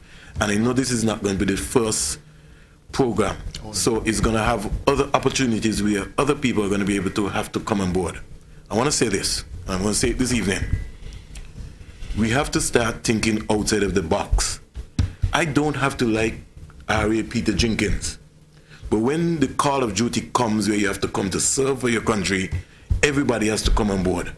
And there really no need for anybody to try to see if we can marginalize somebody because somebody says, well, I don't think that you're marketing the game Leeward Islands versus Jamaica. And so you feel that you don't need to speak to that person. That is the right, and that is democracy at its best. Democracy can be good and it can be bad. And sometimes we talk about communism and so, but sometimes it's better if we maybe have a little bit of communism to kind of maybe shake up some people. And I'm saying that when it comes to some of the sporting organizations. And we have to be able to know that the event is for the entire country. The government of St. Kitts and Nevis has made an investment, and the government of St. Kitts and Nevis will lead when it comes to the CPL 2014. I think we have to repeat the point that Cricket World Cup was one of the biggest things to ever happen in St. Kitts and Nevis. And Pam Labour in between were on the organizing committee. Yeah. We have done it before, pulling these people together. When we have to organize something good, people put their hands up, don't get any pay, just for the good of the country. So the naysaying has to stop. And once again, kudos to ZIZ for putting this thing off. This is a good opening round to get the ball going. Why are Kittish and Hill, Four Seasons and Marriott investing in the turf? Why? Because when the park is full, the hotel rooms are full too. And you know, it's relevant that when Springer spoke about the Australians, or the discussion about the Australians, it was the first Australian tour when Bobby Simpson toured and played at Warner Park against the Leeward Islands, and Edgar Gilbert who made 80-yard runs and demolished the police station glasses with sixes. That after then, the Australians have always recommended that whenever there is a tour to the West Indies, that they would like to come to St. Kitts. So that reputation historically has built for a very long time. I heard it personally from Bobby Simpson when the Australians toured here in the 1990s about his love for coming to St. Kitts and Nevis. And so that suggested to me that once he has something to do with it, and Australia's in the region, they're going to be here. Just Steve, just to re-emphasize the point, and I'm not going to make the point so eloquently like Vernon as the, that aspect of management. I will make it this way. If we don't collaborate, if we don't work together, as I said again, at all levels of business and enterprise, other people will come and reap the benefits of the CPL, and we will be groaning and complaining and abusing, all because we did not collaborate. So because you see, this CPL, looking at it down the road, this is going to be something that has never been seen in St. Kitts before, The ordinary way in which we do business, the service delivery that we are accustomed to, we have to improve, we have to bring it to the international standard, otherwise we will get left behind. I'm making a special appeal to the people who want to take advantage of the CPL. Now is the time to start planning and get involved. Look at persons who are like-minded you can work with to take advantage of this CPL that is coming. Otherwise, as again, finally, you will be left out, and people from outside, who the CPL people know already, could deliver the service, will get the opportunity ahead of you. And then you're going to be going in and complaining. So I think tonight we must thank the manager of ZIZ for this opportunity that gave us the chance to sensitize the public to what is ahead. We've just got another 8 minutes, so those of you out there anxious to call, now is the opportunity to join the conversation. But let me make the point again that most things at Warner Park are at present nameless. At grounds in Barbados, for instance, you have the Malcolm Marshall End or the Joel Garner End. You have stands named after Sir Garfield Sobers, Desmond Haynes, and Gordon Greenidge. I think that if things at Warner Park get named, then people will have a greater affinity for the ground. What are your thoughts on that, Victor? Yes, and a very valuable point, because throughout the West Indies and throughout the world, where world cricket is played, that they have chosen in the various nations who they think is the most appropriate persons to name stands in honor of. And that too will have great significance and impact at Warner Park from a historical perspective, especially, and such rich history that Warner Park really has made. And really some persons may wonder, well, how, there's a caller, right? Yes, we've got a caller on the line. Good evening, caller. Hi, good evening.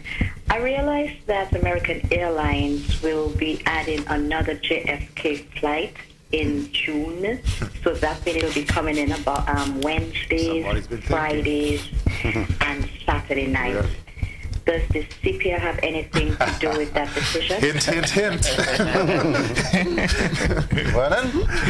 Hint, hint, hint. It all is adding. It's all added. It's all coming together. Of course, and you have to really give credit to the Minister of Tourism, the Honorable Richard Skerritt, and his entire team for their vision. Although you would hear lots of stuff, as Dr. Martin had been saying, I think we really need to examine the facts. We're not a perfect country, but we're doing far better than other Caribbean countries. We've got another caller on the line. Good evening, caller. I think we missed that one. Now that, we've got another one? Yes. Okay, we've got another caller on the line. Come in, caller. Good evening. Hi, good evening. Hi, good evening. Yes, during the World Cup, there was quite a lot of rules and regulations that turned off the public. Although this is a shorter version of the game, I just wanted to know if that was a concern and if it was looked at. That's all. I think generally no restrictions. It was accepted that that was a major mistake. Blunder. Yeah. You know, that West Indians like Bacchanal, and you have to give them the freedom to party. Yeah, Steve, you're kind. That was a blunder. It was a big blunder. The minority opinion was never happen again. We've got another caller on the line. Good evening, caller. Hello, good evening. Hi, good evening. Yes, I was wondering if when the games come to St. Kitts, would be showing on television, because we have to remember a lot of old folks at home, they would love to see the cricket who cannot get out to go. So we're just wondering if that's in mind.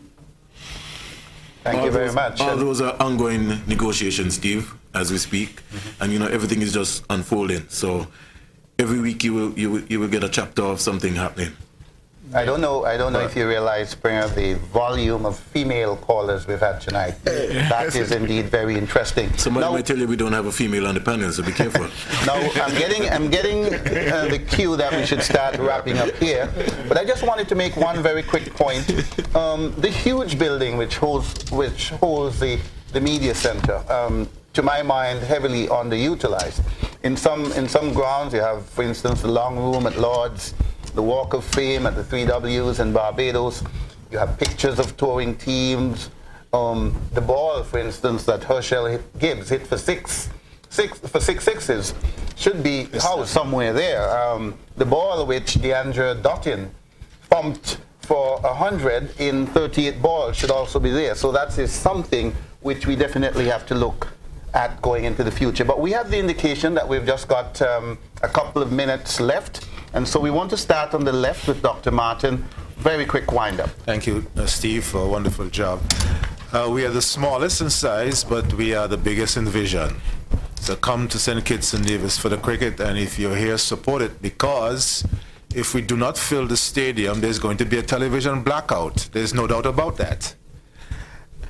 St. Kitts is too small to generate wealth. Nevis is too small to generate wealth, but as St. Kitts and Nevis, we have a better chance.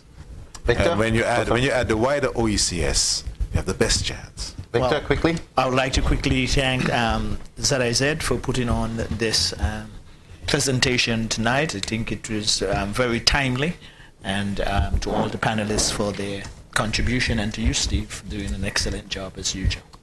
Thank you very much. Peter Jenkins. Yes, thank you, Steve. It's been, as I said, a privilege and an honor to be able to be on this program tonight. I want to end with two short points. One, to the organizers and the ministry. They have a responsibility very soon to let the people of St. Kitts and Nevis know what are the opportunities that will be available, so that people can begin to prepare themselves and begin to plan. The second point is, we need to make this a national event.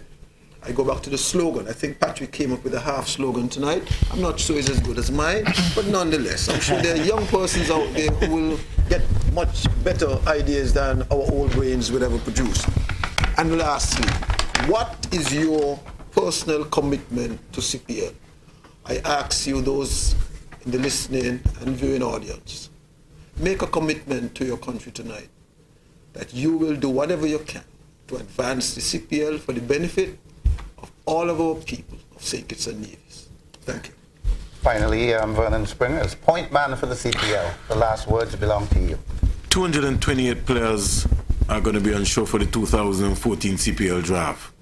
121 overseas players are in this mix, from Australia, New Zealand, Pakistan, South Africa, Sri Lanka, and England for the first time.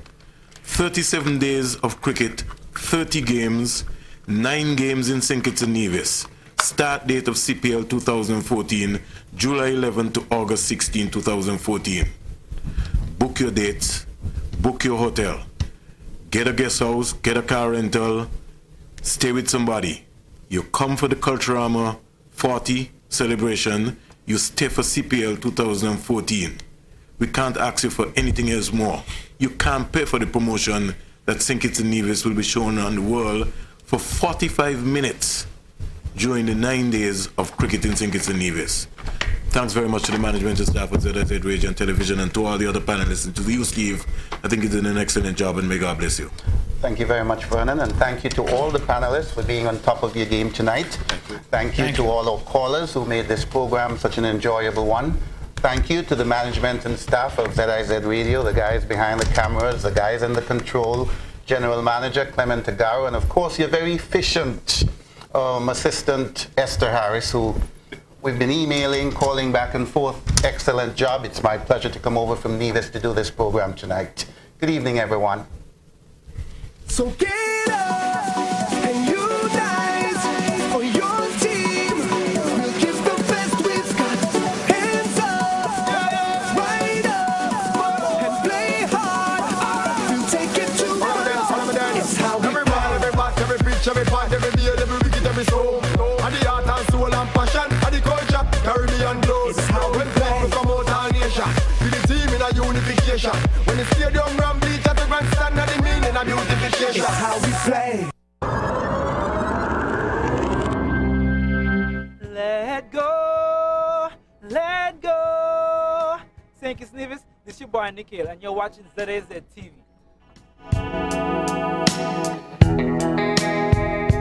Want to get the latest news and information on demand? Check out zizonline.com. Our website is updated daily to bring you all the latest local, regional, and international news. Gone abroad and miss home? Check out zizonline.com for our live streams and uploaded local content. We're also on Facebook. Like our page and receive photos, info, and updates directly on your newsfeed. Living on the go? Then our new mobile website can work for you. Visit zizonline.com and get all the information you need on your phone's browser. zizonline.com, reaching you wherever you are.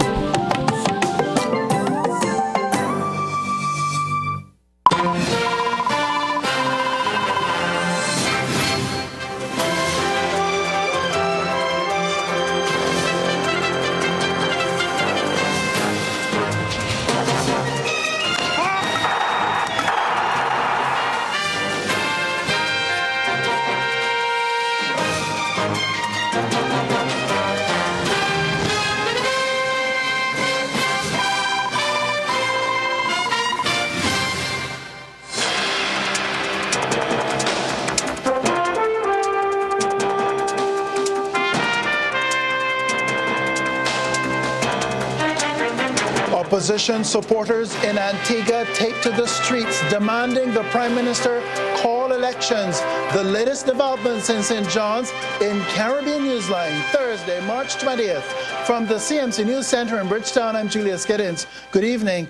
A sea of red on the streets of St. John's today, the color of the Antigua Labour Party, now under the leadership of Gaston Brown, as ALP supporters press the Prime Minister, Baldwin Spencer, to call a general election. A poll is constitutionally due in the country any day now, but the two main contenders have been trading blame for the delay. Spencer says it's because of two opposition lawsuits in the courts. The opposition says the ruling party is to blame and that it's deliberately holding back the date.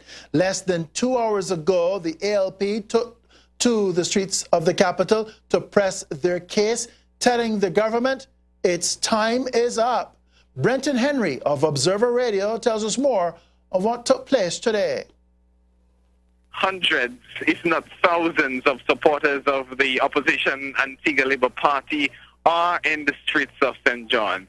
As you can imagine, they're all dressed in red and waving those bright placards and chanting, ready to reveal the slogan they've adopted for the general election. But that's not the reason why they're in the streets of St. John's. They're actually demanding that general elections be held in the country.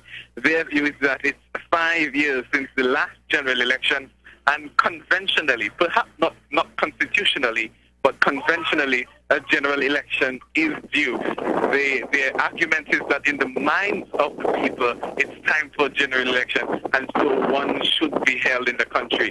They've taken this very seriously, and that's why they're having this march here today. They will make their way through the streets of St. John's and gather just not far from the Prime Minister's offices and the government complex and hold a rally this evening where they expect to drive home that point even further. Brenton Henry of Observer Radio reporting literally from the streets of St. John's this day. Both political parties have been mobilizing support ahead of the poll with more than the usual campaign strategies. The parties have gone online, literally, with new tools to woo voters. Here's Terry Andrew of ABS Television to tell us more.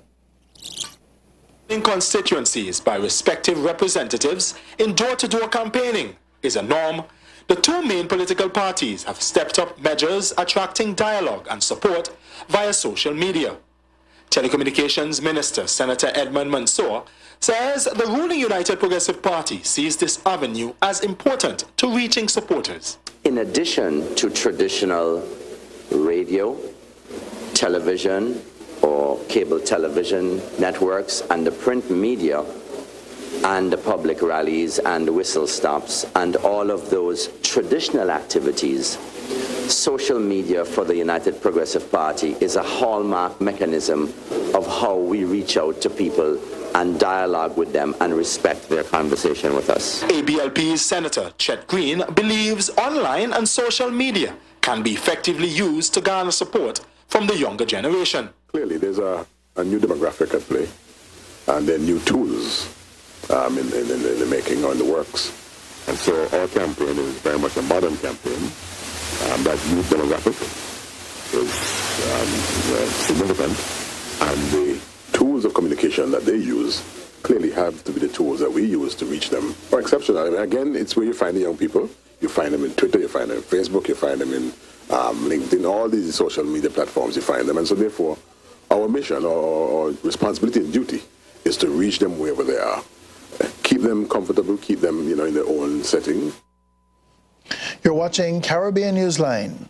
Also tonight, a regional non-governmental organization is calling on CARICOM to take concrete steps aimed at freeing up the free movement of two groups of skilled workers. Last week, the chairman of CARICOM, the Prime Minister of St. Vincent and the Grenadines, Dr. Ralph Gonzalez, revealed that proper mechanisms are not yet in place for artisans and household domestic workers to move about freely within the CARICOM single market. More than 7